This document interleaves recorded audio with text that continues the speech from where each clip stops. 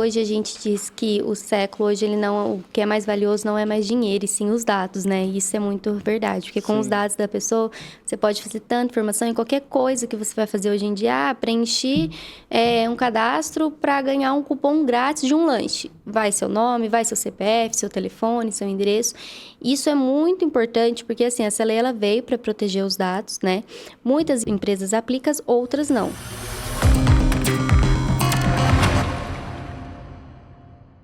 Vamos conversar em mais um bate-papo jurídico. Hoje eu estou aqui com a doutora Shirley Cassiano.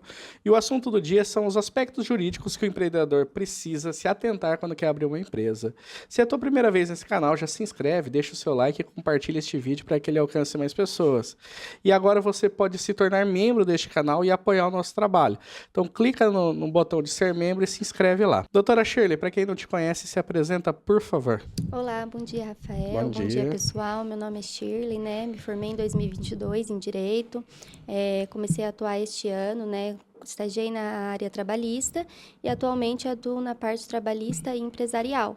E hoje a gente está aqui para conversar um pouquinho sobre a questão da abertura de uma empresa para os primeiros empresários, né? Para os novos negócios. Legal. E o Brasil, ele é um país que tem uma massa de microempreendedores, né? Pessoas que estão ali na ativa, profissionais liberais, e às vezes muitos deles estão olhando para a formalização como um meio necessário para ampliar, né? Às vezes participar de uma licitação, enfim, algumas oportunidades que a formalização acontece, né? Então vamos lá. Para começo de conversa, assim, o que é uma empresa? Por que é importante o empresário ele estar olhando então para essa formalização, para a constituição de uma empresa como algo essencial para o seu negócio? Então, como você comentou, hoje temos muitos microempreendedores, né? É até bonito de ver essa forma das pessoas de querer empreender, desenvolver, Sim. ter seu próprio negócio, né? Mas muitos pecam nessa parte da questão de formalizar isso, porque acaba achando que é muito caro, às vezes, né, o dinheiro que tem o capital inicial investe no próprio negócio, acaba não desenvolvendo essa questão da formalização. Mas é necessário porque evita problemas futuros, né? Até questões governamentais, de leis, enfim, e até mesmo para resguardar os seus direitos do seu próprio negócio. Legal. E a gente sabe que no Brasil a gente tem algumas opções formas de constituir essa empresa, formas delas serem regulamentadas, e a legislação muda um pouquinho conforme o tipo, né? Então ele pode ser MEI, pode estar numa EIRELI, enfim. Vamos falar um pouquinho desses tipos e aí as diferenças entre elas, doutora? Sim, vamos lá. Então, tem essa questão que é o MEI primeiro, né, que seria para o microempreendedor individual. Então, é quando ele está iniciando, não tem a intenção de fazer ali uma contratação grande de pessoas, né, é um capital menor, gera notas não grande quantidades, então seria ideal para quem está iniciando mesmo, né, para ter a primeira regularização aí de um CNPJ, né.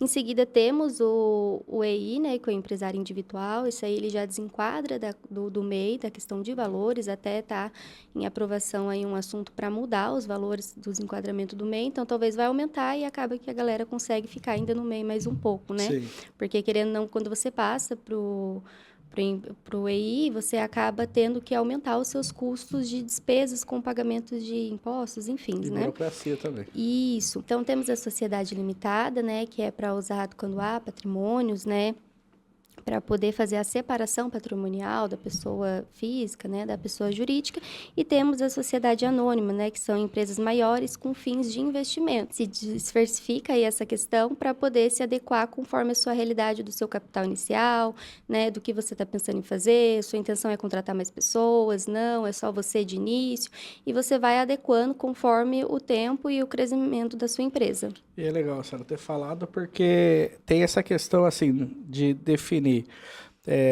a forma como vai, ela influencia também na burocracia, né? Que nem eu mencionei aqui de passagem. Então, o nível de exigência do governo com relação às empresas, ela é crescente, não só de impostos, mas também de burocracia estatal, de documentos que têm que ser produzidos e assim por diante, né? O MEI, ele é praticamente o autônomo, quase sem nenhum tipo de exigência, enquanto a sociedade anônima, ela já está lá em cima num controle muito mais brutal do governo a respeito de documentação, né? Sim, exige. Muitas vezes as pessoas até camuflam, né, a questão de ficar no MEI já desenquadrando para não ter que arcar com essas despesas de impostos passando para umas próximas sociedades. Isso se encaixa muito também na questão do regime tributário também, né? Então, temos hoje o Simples Nacional, né? Que é para pequenos negócios. Temos o lucro presumido para aqueles que já estão começando a aumentar a sua margem, né, de lucro e o lucro real. E isso diversifica também na questão de tomada de crédito. Então, muitas das vezes, o Simples Nacional, o presumido, ele não pode tomar crédito. Já o real pode. Mas para você chegar no real, o nível de exigências e de gastos que você tem é muito alto. Então, acaba que as pessoas vão ficando de uma forma camuflada e às vezes até errada para não ter que arcar com esses custos, porque empreender é caro. Sim, eu conheço algumas pessoas ali que estão tendo uma dificuldade de transicionar de um regime para o outro, porque a alteração de impostos é brutal e daí eles ficam com medo de começar a ter prejuízo, né, por Sim. conta disso. E em cima do que a senhora falou, né, dentro das vantagens da formalização em si, essa questão de acesso ao crédito é importantíssima, né? Porque geralmente, né, o que a gente costuma acompanhar é que o crédito para a pessoa jurídica ele é muito mais barato em relação à taxa de juros em comparação com o crédito para a pessoa física. Existem várias linhas do governo de financiamento de bens, serviços, capital de caixa, enfim, que essas empresas podem acessar, né? Sim, é até interessante você comentar isso, porque tem a questão do crédito, né? Quando você abre uma conta no banco, vamos começar pela delimitação do sócio. Então, quando você abre uma empresa, você precisa verificar se é individual ou se você vai ter algum sócio junto para delimitar o contrato social, né? E isso influencia muito na abertura da conta do banco. Eu tenho um cliente que ele mexe no ramo da marcenaria e ele é MEI hoje, só que ele já desenquadrou e ele está tentando regularizar essa questão.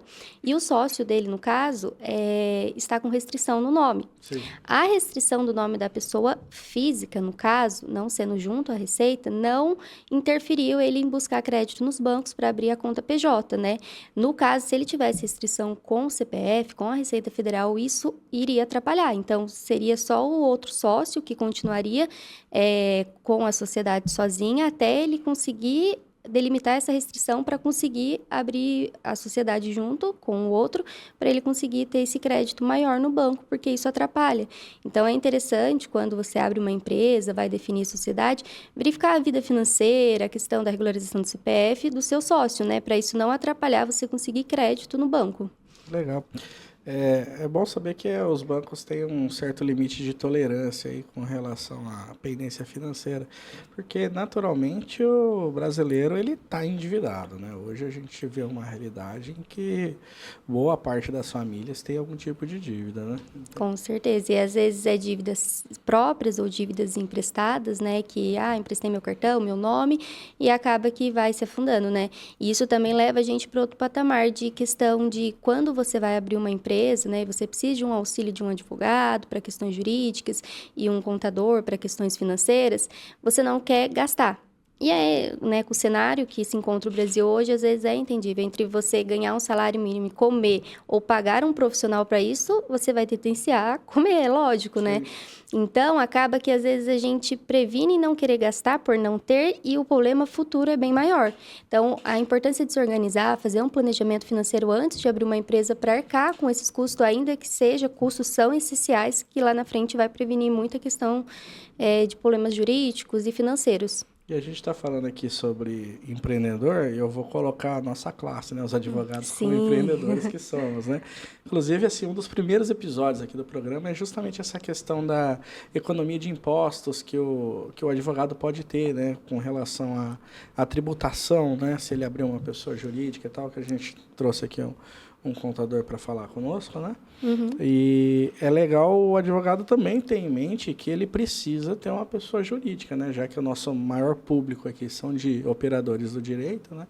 Uhum. A gente precisa mencionar sobre isso, a importância do advogado também fazer essa opção por tributar numa pessoa jurídica, por ter a sua sociedade individual de advocacia ou uma sociedade, né, formalizada com um colega de trabalho, né? Para fins de ter diminuição da carga tributária e acesso a crédito, enfim, outras vantagens que a gente está comentando aqui, né? Sim, a própria OAB, ela define, né, a questão da sociedade, né, você tem que registrar na junta, deixar tudo muito bem esclarecido, se você atua individualmente, em sociedade, né, e é importante ter essa parte jurídica dentro do seu próprio escritório jurídico, né, a parte contábil também, porque isso vai te ajudar futuramente, né, na verdade, um grande problema que eu vejo de muitos advogados é essa questão financeira, porque quando você vai abrir, muitos querem abrir como MEI, a gente, advogado, não pode ter MEI, né, Sim. porque a gente é uma classe intelectual, então a gente já passa para o EI e acaba que já é mais altos os custos, né? E aí muitas das vezes você, por exemplo, advoga para a empresa, você tem que gerar nota para ela, você não consegue, então acaba virando uma bola de neve. Então é muito importante ter esse profissional para te auxiliar, mesmo, né, você sendo da classe. Legal. E vamos falar um pouquinho sobre a burocracia, né, para abrir a empresa. Às vezes o empreendedor está nos assistindo, né? Legal, ele entendeu que faz sentido para ele, né? Está vislumbrando algumas coisas. Como é que ele faz, então, essa questão do contrato social, né? Os requisitos que tem que ter, como é que é essa parte burocrática, doutora? Então, o contrato societário nada mais é do que a definição das cláusulas de como será. Então, eu vou ter um sócio. Quais são as nossas responsabilidades? Quais são os nossos deveres? Quais são as cotas? Se houver exclusão, como ficaria? Desmembrar a pessoa física da pessoa jurídica, porque futuramente, se houver um processo trabalhista, uma execução, isso é muito importante, estar desmembrado, né? Para não mexer com os seus patrimônios pessoais, né?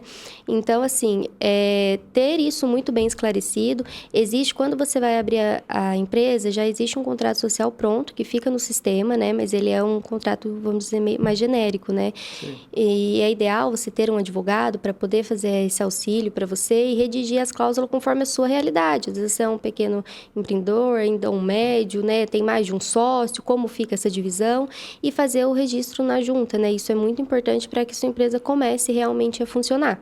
Foi legal você ter falado que às vezes a pessoa ela tem aquela vontade de economizar, então ela pega um modelinho pronto na internet, ela vai no ChatGPT, ele cria um modelo genérico e assim, ele não se atenta que a dinâmica da empresa dele é única, porque é ele com um sócio ou mais de um, em que tem vontades e desejos diferentes. Então é importante que esse documento ele reflita exatamente qual que é a dinâmica daquela empresa, como é que ela vai funcionar, principalmente se não der certo, né? Porque a gente sabe que a maior parte das empresas quebra, né? Isso é uma realidade no Brasil, infelizmente. Então precisa ter esse olho de que, olha, se não der certo, como é que vai ser? Se não der certo o relacionamento entre eles também, que é um outro grande problema, como é que vai ser? São cláusulas que não podem ser genéricas, elas precisam realmente ser um pouquinho mais trabalhadas e pensadas ali com esses sócios. Sim, hoje uma das grandes demandas que a gente tem nesse âmbito empresarial é essa questão do contrato societário, porque acaba sendo uma coisa genérica e tendo muito problema. E não dá problema somente ali na relação do trabalho, né? Começa a passar a ser inimizades pessoais, então às vezes era um amigo que você considerava muito e devido aos problemas ali dentro, começa já a desfazer amizades e ter outros problemas. Então é muito importante ter esse profissional para te auxiliar na redação desse contrato, né? E tem muitos advogados que trabalham com, vamos dizer, tem um pacote de fazer modelos de contratos para você utilizar no seu negócio, né? Então, assim, eu presto serviço de beleza. Então, eu faço ali um contrato com a minha cliente e esse advogado disponibiliza inúmeros modelos e você vai editar ali conforme a pessoa que vai vir, os dados pessoais, né? Mas fica um contrato com cláusulas claras e padrão. Dá para usar sim.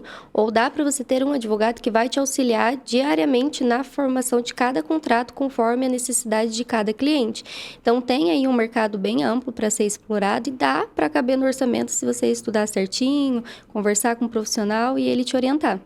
É legal que a advocacia ela entra aí como um parceiro de negócios, né? Em que, através do profissional da advocacia, as empresas elas conseguem, então, ter um pouquinho mais de tranquilidade. Não quer dizer que vai zerar a possibilidade de problemas, mas que tem um pouquinho mais de tranquilidade para para fazer os negócios, para firmar contratos, realmente a gente consegue passar um pouquinho dessa paz de espírito para o empreendedor, né? É verdade. Outro ponto muito importante nessa abertura é a abertura do próprio CNPJ, né? Que a gente falou dos contratos e vem a questão da abertura do CNPJ. Então, o que acontece? A partir do momento que você define, né, qual vai ser a sua tributação, qual vai ser o regime que você vai se adequar, é importante você junto à Receita abrir o CNPJ. E para que serve? Para você, a partir dali, passar a emitir notas, fazer contratação de funcionários, empréstimo nos bancos, né? Ou crédito empresarial nos bancos. Então, é muito importante esse ponto de abrir o CNPJ, né? E logo em seguida fazer a emissão da nota, que é um ponto que muitos pecam também. Ah, não pediu, eu não vou emitir nota. Acaba sendo uma segurança para você mesmo, se futuramente você precisar prestar conta, né? Ou até mesmo executar alguma dívida que não foi feita. Então, é muito interessante ter essa parte da emissão das notas. Legal. E a gente está falando aí sobre emissão de notas e registro e não sei o quê. Não adianta, né? Vem na cabeça a figura do contador. A gente precisa lembrar dele aí, né? O nosso trabalho ele é complementar ao do contador, né? Então, assim, o contador ele vai fazer o operacional do dia a dia com relação às obrigações fiscais da empresa e a gente vai trabalhar com o empreendedor de uma forma um pouquinho mais estratégica ali, pensando um pouquinho mais no negócio, né? E as obrigações jurídicas, né? Sim. Vamos lá, em cima disso, né? É importante que o empreendedor tenha em mente que o contador não substitui o advogado, né? Não. Que às vezes a pessoa está tão focada em economizar ali um dinheiro de uma consulta com o advogado que acaba fazendo tudo com o contador e depois tem uns probleminhas ali para resolver, né, doutor? Sim, com certeza, né? A parte do contador, ele vai mexer com essa parte financeira, né? Ele pode auxiliar, sim, também na abertura de uma empresa. É essencial ter essa figura também ao lado, mas nada substitui o advogado com, né, as suas limitações em questões de leis, de conhecimentos jurídicos, de experiência, né? Então, não substitui um profissional pelo outro, isso é fato. Legal.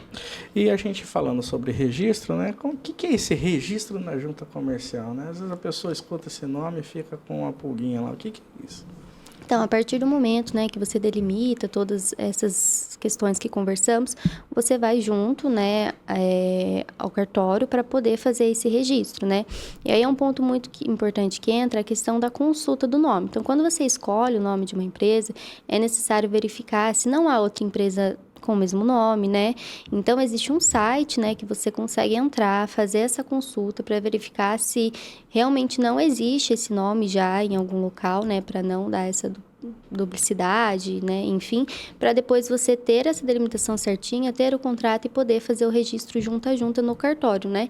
Então, tem os custos certinho, é bom estudar antes e se preparar, né, porque esses custos do cartório não tem como correr, você precisa arcar. E nada mais é do que você ter esse contrato social e ir ao cartório para fazer o registro. Legal. Nesse ponto que a senhora falou a respeito do nome, né? O Brasil, ele protege, né, a nomenclatura, né? Tem essa questão de propriedade intelectual aí e tudo, né? Registro de marcas, patentes e assim por diante. Então, assim, não é só um nome igualzinho, né? Tem que ter um nome parecido no mesmo ramo também vai dar problema, né? Tem que tomar cuidado com isso, que às vezes alguns empreendedores, eles tentam ser mais espertinhos e colocar um nome que induz o consumidor em erro, né? Trocar uma letra e já tá tudo certo, né? E tem eu lembro que quando eu era criança, minha mãe comprava para mim um tênis que era Niske. Tinha um S ali no meio, sabe? Sim, para tentar substituir, sim. Até mesmo quando você verifica se não há esse nome, se não é da mesma atividade, né? Para você ter esse registro validado. Porque se tiver o mesmo nome, isso pode atrapalhar até em questões futuras, né? Tipo, entra com uma ação judicial. É o mesmo nome? Qual é a empresa que está sendo, né, citada para julgamento? Então, assim, tem toda uma questão, não é só da esfera, tem o mesmo nome, não. Existe toda uma esfera por trás de processos, envolvendo processos e questões de custo também, né? Legal. E, além disso, o empresário ele pode ser processado por estar usando um nome semelhante e, eventualmente, a justiça acaba condenando a alterar esse nome, né? O que prejudica todo o trabalho que ele fez, todo o dinheiro que foi gasto com com marketing, um nome, né, que ele já fez, enfatizou, todos te conhecem pelo nome, pela marca, né, e aí você acaba tendo um custo e às vezes até pagando uma indenização para a empresa que já patenteou aquele nome, né. Legal. E assim, a gente sabe que a burocracia no Brasil ela é grande, né? E uma das principais burocracias que normalmente acontece para a abertura de uma empresa é a questão de alvará, né? Então, vamos falar um pouquinho sobre esse bicho, né? Então, assim, o empresário ele precisa buscar os alvarás, entender quais alvarás são necessários para a empresa dele. Como é que funciona isso daí? Então, a gente tem a questão dos alvarás, tanto de funcionamento, né, quanto os alvarás de licenças, né, para a questão de alimentação, de saúde. Então, você delimitando a sua área, né, não, é um comércio, é uma prestação de serviço, é uma indústria, é necessário você verificar. Primeiro, tem que ter o alvará de funcionamento. Então, se você tem um espaço físico, primeiro ponto é o alvará, né, da questão do bombeiro. Ele vai lá verificar se o local está adequado, até prevenindo, né, futuros riscos de incêndio, desabamento, enfim. Então, tem essa primeira questão, que é o alvará, né, do bombeiro. Em seguida, a gente vai vir com os alvarás da questão de licença de alimentação, na questão de saneamento, né, da defesa sanitária, né, a questão do funcionamento, se você é profissional da saúde, né, precisa de licença. Muitas das vezes tem pessoas que atuam na rua, né, tem alguns trailers, aqui em Jacareí até mesmo muitos, foi determinado que eles saíssem, então muitos comerciantes que tinham sua Kombi, o seu pequeno negócio ali nas ruas, na calçada, foi retirado, eles precisaram procurar um comércio, mas para isso eles precisavam de um alvará de qualquer maneira, para estar funcionando ali naquele local, e agora eles foram retirados. Então, tem toda essa questão que você precisa estudar o seu município, né, para seguir as orientações da prefeitura da sua cidade e verificar quais são os licenciamentos, os alvarás que eles regularizam, que você tenha para funcionamento. Lembrando que isso, como a senhora bem disse, varia de município para município. Tem município que é mais amigável com o empreendedor e tem outros que são bem mais restritos ali, endurecem mais a vida dele e dificulta, né? Aqui Jacareí é um exemplo de quem dificulta. É verdade, porque assim, como a gente comentou no começo, a vida do empreendedor já é muito difícil, né? E querendo ou não, muito deles geram serviços, né? Gera renda para o município, mas há uma grande dificuldade de limitação dessa questão, né? Então, assim, a gente tem alguns pontos de pessoas que podem nos ajudar. Por exemplo, em Jacareí, a gente tem a Associação de Jacareí. É uma associação que ela iniciou agora, assim, já tem um tempo, na verdade, era até ali onde fazia a consulta do Serasa, né? Do nome sujo, enfim. E eles agora estão com essa associação e ela está se fortalecendo muito. E o principal intuito deles é buscar essa parceria com a Prefeitura de Jacareí para estimular o comércio local. Então, eles fazem vários eventos, né, junto com a prefeitura, pede permissão para colocar placas de evento, então faz todo um movimento, mas a intenção deles, como foi nessa última reunião que eles afirmaram para a gente, é, junto com a prefeitura, estimular o comércio local. Então, assim, é interessante para o empreendedor que está entrando procurar parcerias dessa maneira, né, que ajude a estimular o seu negócio para que a gente vá ganhando, né, o nosso espaço, né, para conseguir atuar de uma forma livre. Legal.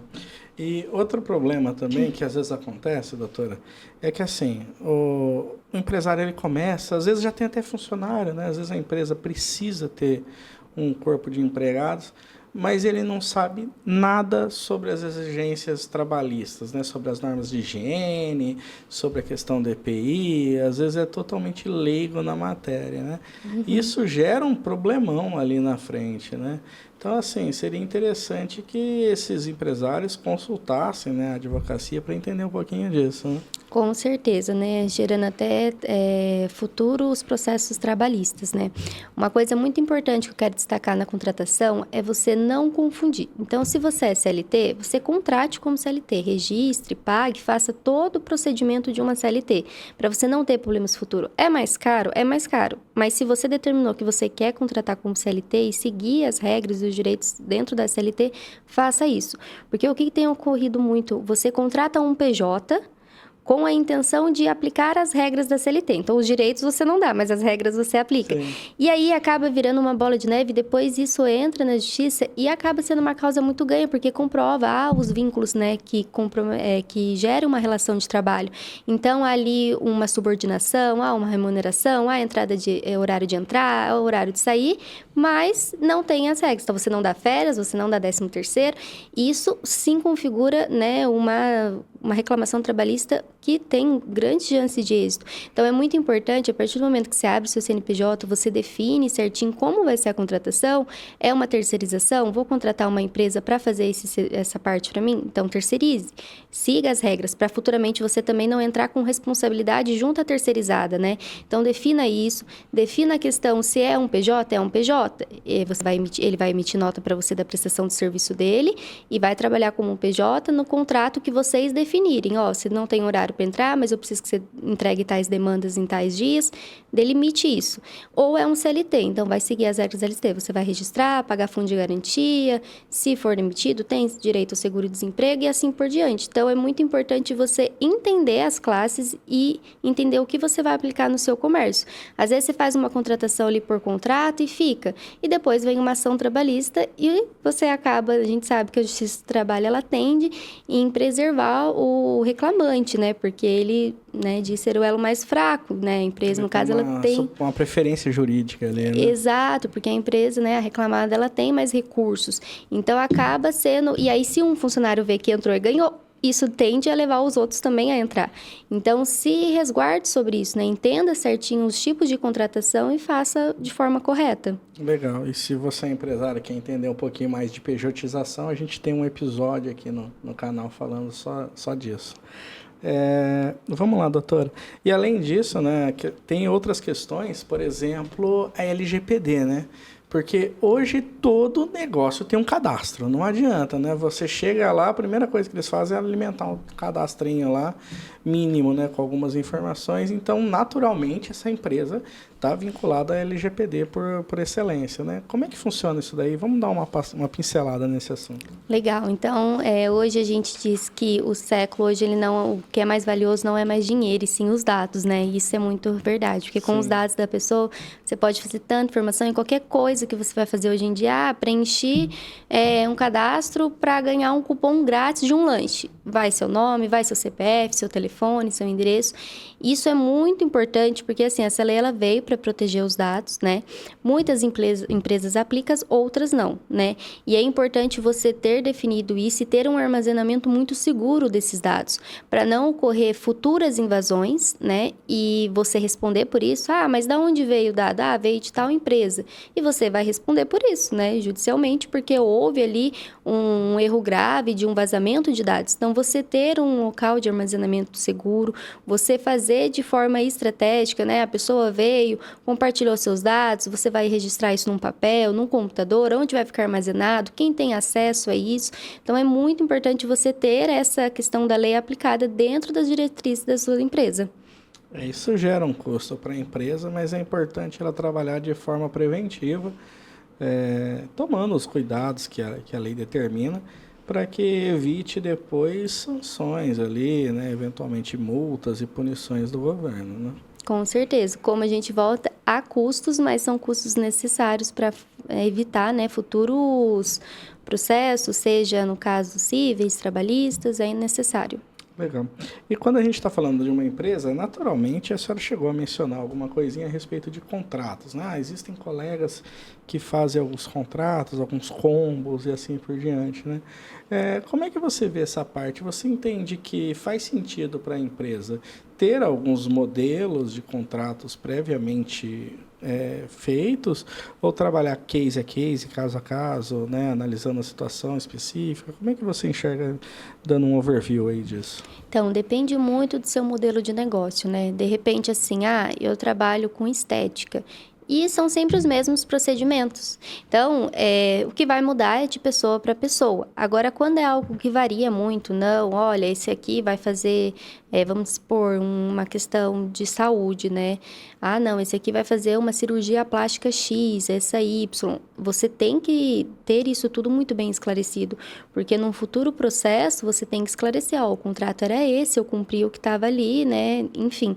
Então, depende muito do seu modelo de negócio. Eu concordo que que há modelos que você ter um contrato ali, sai um custo mais baixo para você e você vai modelando, mas isso não substitui você não ter um advogado, porque você tem um modelo de contrato, mas se tiver dúvida, você vai fazer como? Vai procurar no ChatGPT, que é o que muitos têm feito, entendeu?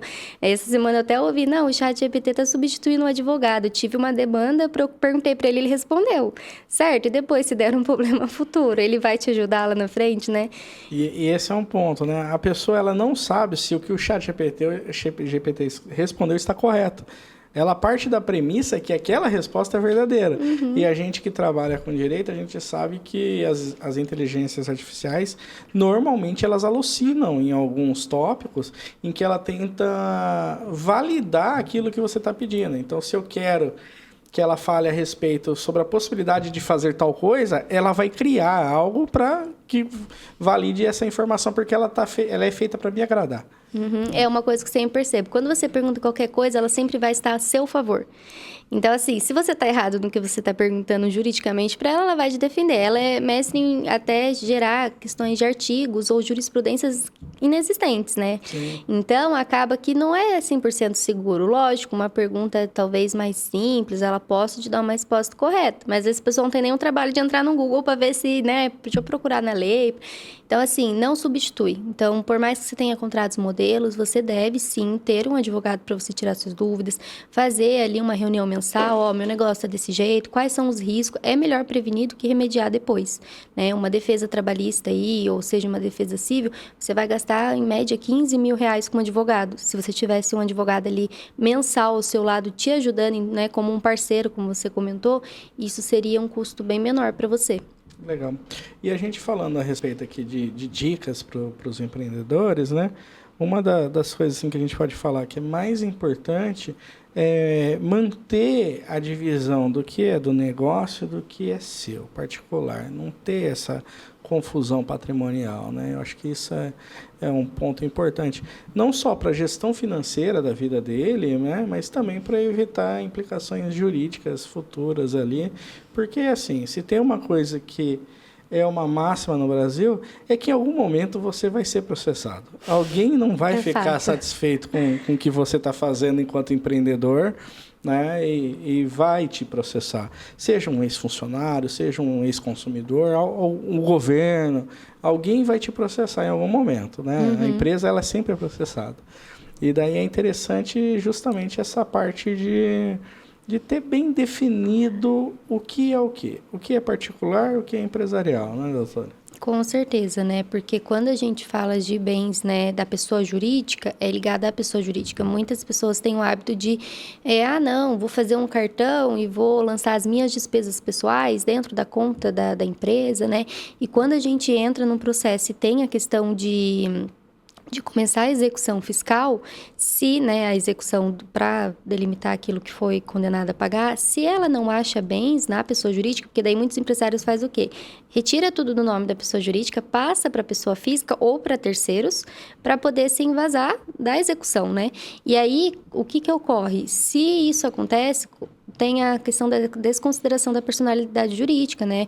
A pessoa que está sendo ali pedindo, o exequente, ele pode pedir essa desconsideração e acaba indo para os bens da pessoa física, né? Dos sócios.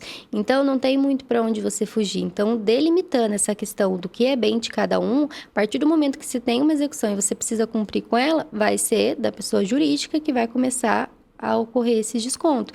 Aí, se você faz isso de invasar essas contas, vai para a sua pessoa física. Então, acaba que tem todo esse ponto de você analisar.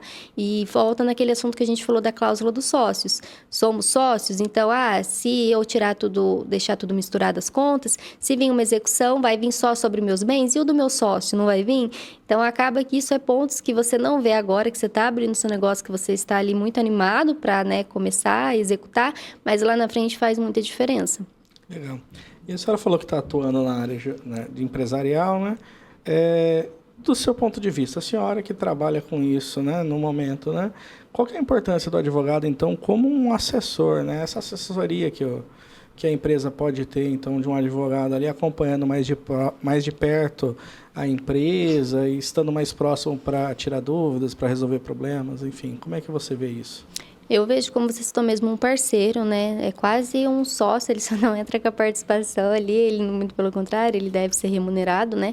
Mas ele é um sócio que vai te ajudar em todos os momentos. Então, todas as dúvidas que você tem de uma abertura de um negócio, de uma contratação, de uma defesa, muitas vezes ele vai remediar um acordo, ele era para ser um processo trabalhista que a empresa sempre vai ter que arcar com os custos, né? O reclamante não, mas é reclamada sim, porque ela dispõe de recursos, e aí acaba que chega uma homologação ali de um acordo, não precisa ir para vias judiciais, né, a não ser para homologar o acordo, mas muitas vezes é remediada ali.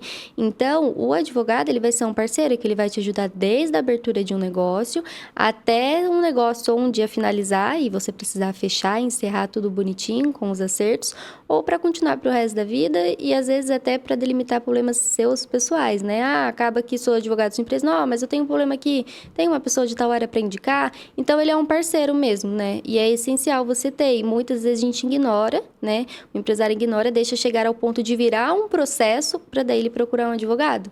E aí você vai pagar por uma defesa, em vez de você ter prevenido e ter evitado ações trabalhistas ou contratuais, cíveis, enfim. Legal. Doutora, a gente tinha um compromisso aqui de ficar meia horinha, a gente bateu o nosso tempo.